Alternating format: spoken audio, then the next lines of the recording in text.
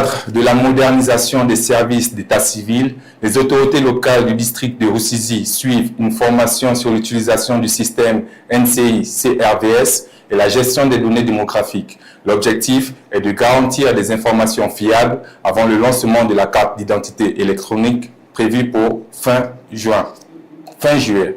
Reportage de Jennifer Makunga et Ricky Kaijuka.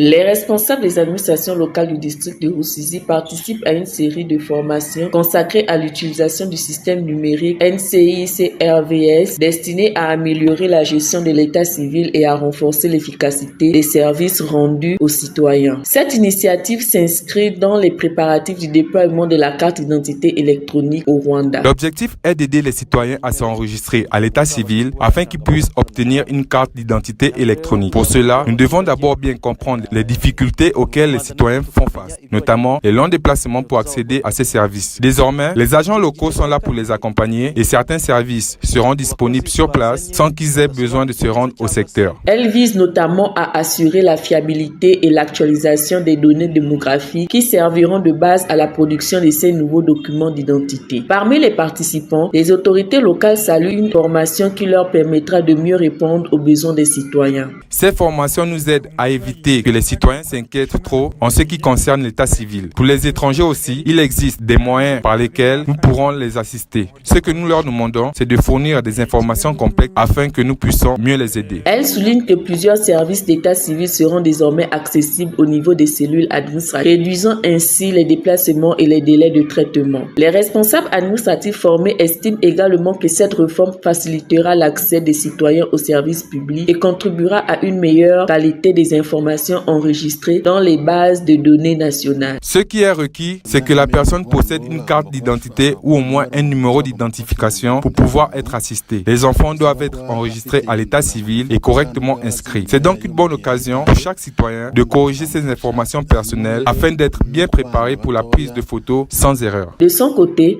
un représentant de l'Office national d'identification NIDA a invité les habitants à vérifier et corriger leurs informations personnelles auprès des autorités locales avant le début des opérations d'enregistrement biométrique.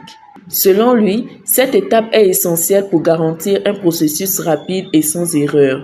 Le lancement officiel des opérations de prise de photos pour la carte d'identité électronique dans le district de Rusizi est prévu pour le 7 juillet 2026. Les autorités rappellent aux citoyens rwandais ainsi qu'aux résidents étrangers de vérifier leurs données personnelles en envoyant leur numéro d'identité via le service SMS mis à disposition par NIDA. Réunis